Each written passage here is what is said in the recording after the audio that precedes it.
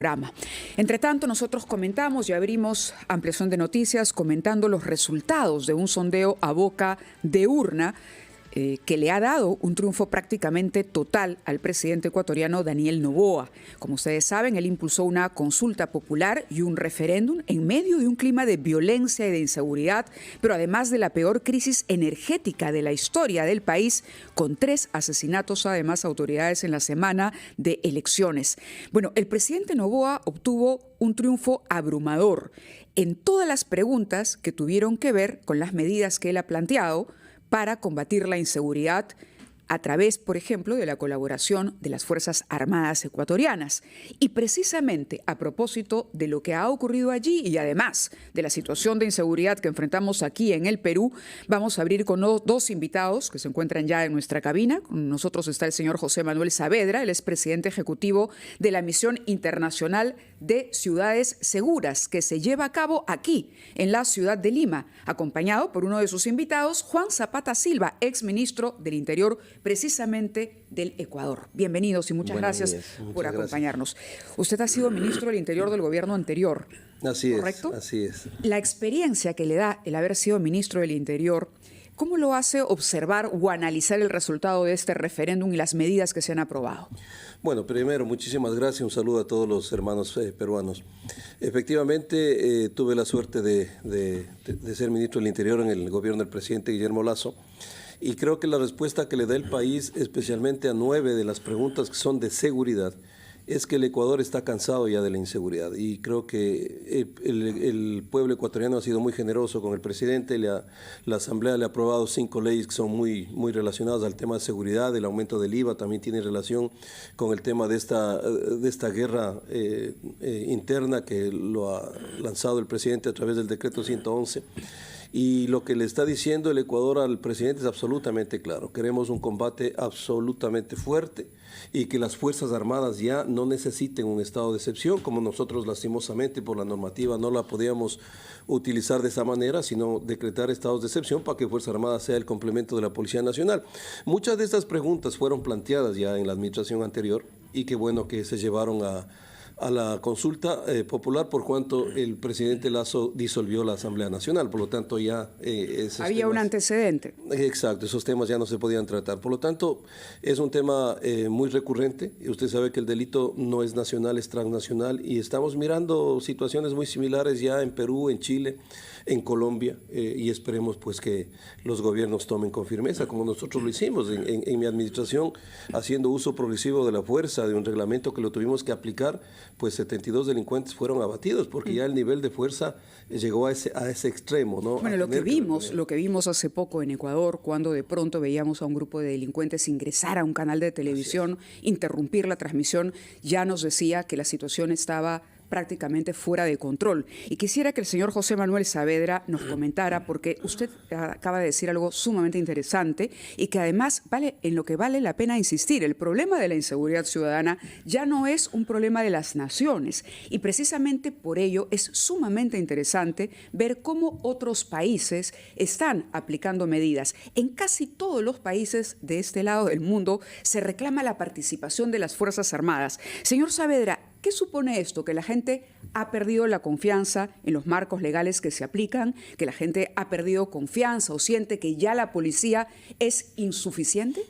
Buenos días. Sí, efectivamente hay una pérdida de la confianza de parte de la ciudadanía ante la impotencia de ser víctimas de robos y asaltos día a día, ¿no? Recordemos la cantidad de celulares que se roban en el país diariamente, cerca de 4.000 celulares. Tenemos sicariatos desbordados y la pérdida de confianza hace que la población quiera sentirse segura. Yo conversaba con algunas personas expertas en seguridad ciudadana y le mencionamos que en Perú, previo a una elección incluso presidencial, el principal tema para solucionar es el de la seguridad ciudadana y a las personas no les interesa otro tema más, porque tú no puedes realizar ninguna actividad si no estás seguro. Ante esto, sí, obviamente, hay una fuerte corriente de ciudadanía que exige, pide que las Fuerzas Armadas participen en el patrullaje y en las operaciones de control territorial que tienen que hacerse en cada uno de los lugares donde el índice de criminalidad se ha desbordado. Entonces sí, obviamente hay un gran respaldo para que las Fuerzas Armadas puedan entrar justamente junto con la Policía Nacional a realizar estos patrullajes y también incluso procesos de extracción de delincuentes cuando los servicios de inteligencia han detectado que se encuentran en determinados lugares. Exministro Zapata, la pérdida de la confianza ha sido la razón por la que en Ecuador también se está pidiendo la intervención de las Fuerzas Armadas.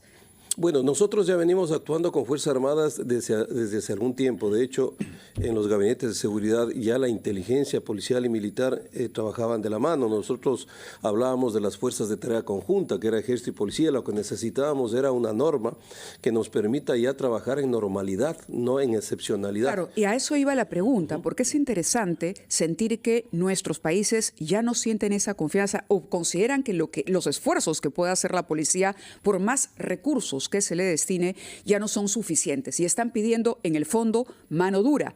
¿Cómo se lidia con el tema, por ejemplo, de los derechos humanos con la intervención de las Fuerzas Armadas? Bueno, mire, efectivamente ya Ecuador con la consulta popular cambia el rol de las Fuerzas Armadas porque los conflictos ya no son internacionales, los conflictos ahora son internos.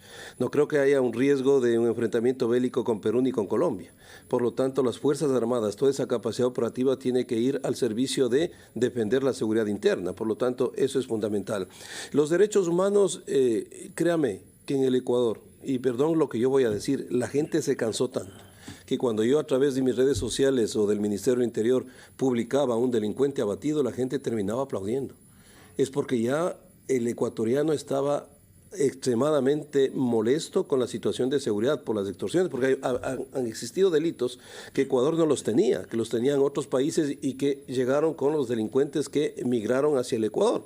Por ejemplo, el tema de las vacunas, ¿no? De la extorsión, de secuestros extorsivos. Antes los secuestros eran planificados, ahora son delitos de oportunidad. Cualquier persona pasa, es secuestrada y piden obviamente el rescate por esa persona. Entonces, en el tema de derechos humanos creo que existe ya una presión fuerte en el Ecuador para que sí, los organismos que velan por los derechos humanos también entiendan que la situación es muy complicada y que los delincuentes no tienen ni piensan en derechos humanos. Mire, hace 2 días existen cuerpos mutilados en la ciudad de Quito puestos en maletas como una afrenta hacia la fiscal general, que ha sido una fiscal y una mujer muy valiente que ha enfrentado el crimen organizado. Por lo tanto, creo que estamos ya en esa línea de acuerdo a la desesperación de la gente. ¿Qué medidas se pueden adoptar entre los países de manera conjunta, ya que usted ha mencionado, y que es una realidad constatada y confirmada, que la criminalidad organizada hoy es transnacional? Son organizaciones que se han superado y que se han vuelto cada día más sofisticadas. Quisiéramos hablar de eso, pero tenemos a las 8:17, si me permiten, hacer una pausa en el programa, pero regresamos para abordar este y otros temas. Son a las 8:21 de la mañana, jueves 25 de abril. Conversamos aquí en la cabina de RPP con el señor José Manuel Saavedra, presidente ejecutivo de la Misión Internacional de Ciudades Seguras. Y también está con nosotros Juan Zapata Silva, ex ministro del Interior del Ecuador. Estamos hablando de la lucha frontal contra la inseguridad a partir de los resultados que se han conocido de esta consulta popular, referéndum que se llevó a cabo el fin de semana en el vecino país del norte. Pero durante la pausa, señor Saavedra, conversábamos sobre este ranking que ustedes han preparado para identificar las ciudades más y menos seguras. En Lima Metropolitana estamos hablando de los distritos. ¿Cuáles son los resultados que arroja el ranking? Bueno, sí, tenemos, en principio lo que hemos medido es la percepción del miedo, es decir, si tiene miedo al salir a la calle, cuando camina y tiene miedo que le roben. Hemos identificado y hecho el estudio en 30 ciudades de Lima Metropolitana. Tenemos los que tienen menos percepción de inseguridad, entre ellos está Magdalena del Mar, está San Isidro, Miraflores, San Borja, entre otros distritos que hoy día vamos a dar el top 10 de los 10 distritos con menos miedo en Lima. Hay un reconocimiento a las municipalidades que han logrado disminuir también su índice de percepción de miedo, porque la medición se realizó hace un año y se ha habido un comparativo en cuánto ha evolucionado o ha incrementado o decrecido. También tenemos las ciudades con más miedo de Lima y podemos mencionar en San Martín de Porres una tasa de percepción de inseguridad del 98.7%, casi llega al 100%. 98%. Sí, de inseguridad. Prácticamente todos. Todos tienen miedo. Todos los habitantes, todos los vecinos de San Martín de Así Porres viven en medio Así de es. miedo. Muy cerca, con 98%, la Municipalidad de San Juan del Lurigancho. Justamente saliendo de acá de la radio, vamos a hacer una reunión con el alcalde junto con la delegación que nos acompaña. El alcalde de San Juan del Lurigancho, que está recibiendo últimamente muchas efectivamente. amenazas, ¿sí? Así es, justamente vamos con la delegación. Nuestra delegación está integrada por un grupo de expertos de México y Ecuador, entre ellos el exministro Juan Zapata. Y tenemos otros distritos, San Juan de Miraflores, con percepción de inseguridad también del 97.8%, muy alta. Y tenemos pues realmente un gran trabajo para poder devolver la confianza y la seguridad a la población, que es la que vive hoy aterrada de salir a la calle y de hacer sus actividades de manera normal. La Misión Internacional de Ciudades Seguras, MIC Perú, va a otorgar este reconocimiento hoy a las 7 en el hotel. En el BTH Hotel de San Isidro. Son los Safe City Awards, que es un premio el cual ha sido evaluado 4 criterios. ¿Cuáles han sido esos criterios? Primero, tenemos unos premios para la percepción de inseguridad ciudadana, que ya lo hemos hablado. Sí. El segundo son municipalidades que han presentado proyectos de innovación tecnológica, es decir, que han implementado cámaras de inteligencia artificial, geolocalización y otra categoría son los de prevención del delito, aquellos que han trabajado para prevenir el delito. Y finalmente tenemos un reconocimiento a expertos en seguridad ciudadana que han contribuido durante todo este último año a favor de la seguridad ciudadana. Estos premios están siendo otorgados el día de hoy con la participación de 15 municipios, además de la ciudad de Lima, que van a estar presentes sus alcaldes. Vamos a visitar 7 de ellos entre hoy y mañana a fin de intercambiar y realizar mesas de trabajo con experiencias tanto de México y de Ecuador en lo que ha ocurrido y cómo hacer frente al crimen organizado y a la delincuencia, porque es algo, como ya lo han mencionado, algo que ya transnacional y que nos afecta a toda América Latina. Claro, de eso hablábamos antes de ir a la pausa, hablábamos del grado de sofisticación, además, que tienen estas organizaciones criminales como el famoso Tren de Aragua. Por ejemplo, que es más, que se dirige desde una cárcel en Venezuela. Señor Zapata, en su calidad de exministro del Interior de Ecuador, hablábamos del rol de las Fuerzas Armadas antes, que apoyan la mayoría de las sociedades en América Latina, pero también esta medida para extraditar delincuentes ecuatorianos. Estamos hablando ya de diseñar una estrategia internacional. Así es, por eso la cooperación internacional es fundamental. Bueno, Ecuador tiene quizás un paso adelante, ¿no? El hecho de ya de haberles catalogado como terroristas. Y sobre todo cuando hablamos del principal acción del crimen organizado, que es el narcotráfico está relacionado justamente con carteles mexicanos que están operando a Estados Unidos, a Europa, porque principalmente los delincuentes, ¿a qué le temen? A ir a cárcel americanas. Por lo tanto, si es que existe y se comprueba, que es muy fácil porque tenemos determinadas rutas, economías ilegales y sobre todo el tema de la exportación de droga, es fácil que Estados Unidos requiera a estos narcodelincuentes o narcoterroristas y se pueda generar ya la extradición, que es algo muy importante que el Ecuador le dijo sí en esta última consulta popular. Y como decíamos con usted, inclusive nosotros hacíamos un análisis en Tumbes cuando tuve la relación con el exministro del Interior de acá de Perú, y mire lo que nos encontrábamos, ¿no? Que armas que generaron delitos en el Ecuador fueron encontradas en Perú y viceversa igual. Por lo tanto, es importante generar la cooperación y el intercambio de información porque inclusive estamos exportando la criminalidad. Imagínense que hay un GDO nuestro como los Lobos, que ya están actuando aquí en Perú y están actuando en Chile. Señor Zapata, el presidente Maduro ha dicho que el Tren de Aragua no existe.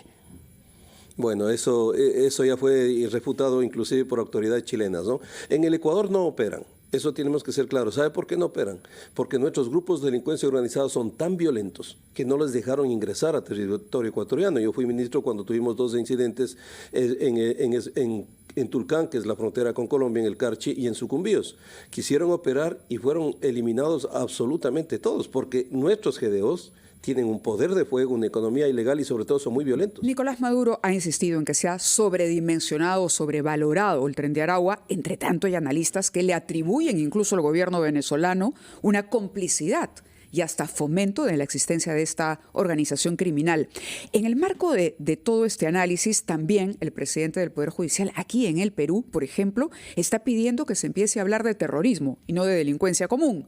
Esto se ha aplicado y se aplica en Ecuador. Así es. Nosotros la figura de terrorismo, inclusive la policía y la fiscalía, cuando ya se detienen, los dan el tratamiento de terroristas, las penas son mayores, inclusive para los menores de edad.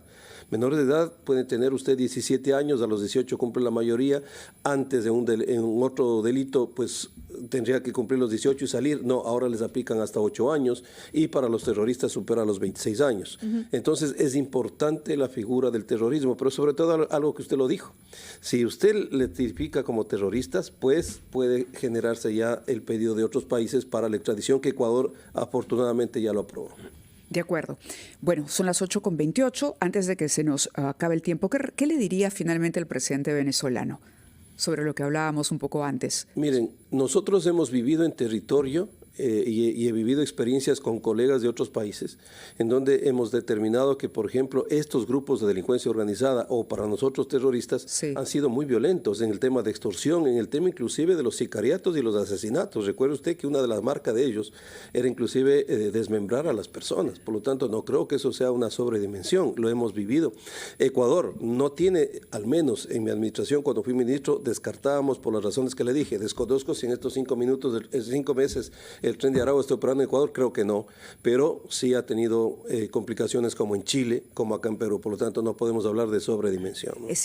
Es cierto, los tentáculos del Tren de Aragua se han extendido, están aquí también en el Perú y además se han derivado en otras organizaciones criminales, cada una con un nombre distinto. Hoy lo que tenemos es una proliferación de organizaciones criminales, cada una más violenta que la anterior. Imagínense que Ecuador tiene 21 grupos de delincuencia organizada. ¿Y nació de qué? Si me permite solo 30 segundos. Por favor. Nació de una organización que en ese tiempo era delincuencia común, por eso el pedido a los gobiernos.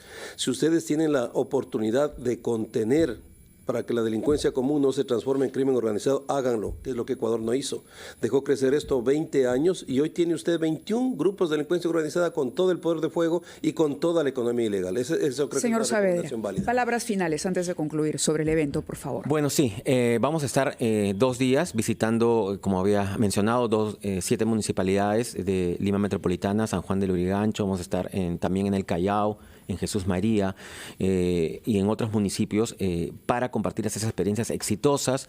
Hoy en la noche hay una conferencia en donde participan expertos que han llegado también de México, que tienen mucho que compartir con nosotros sobre lo vivido también allá y la guerra contra los cárteles de droga. Entonces, bueno, invitar a todos que nos puedan ver a través de nuestras redes sociales porque el aforo ya está completamente lleno. Sin embargo, nos pueden ver la transmisión en vivo de MIG Latinoamérica o Misión Internacional de Ciudades Seguras en Facebook, que se va a transmitir en vivo todo el evento, tanto de la conferencia como la premiación.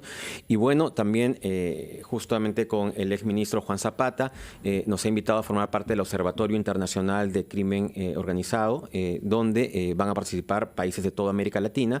Y bueno, estaremos próximamente junto con Juan en Ecuador para poder organizar este observatorio internacional. Les agradecemos a ambos su participación esta mañana en Ampliación de Noticias. Gracias por visitarnos. Son las 8:31. Nosotros hacemos una pausa, vamos a los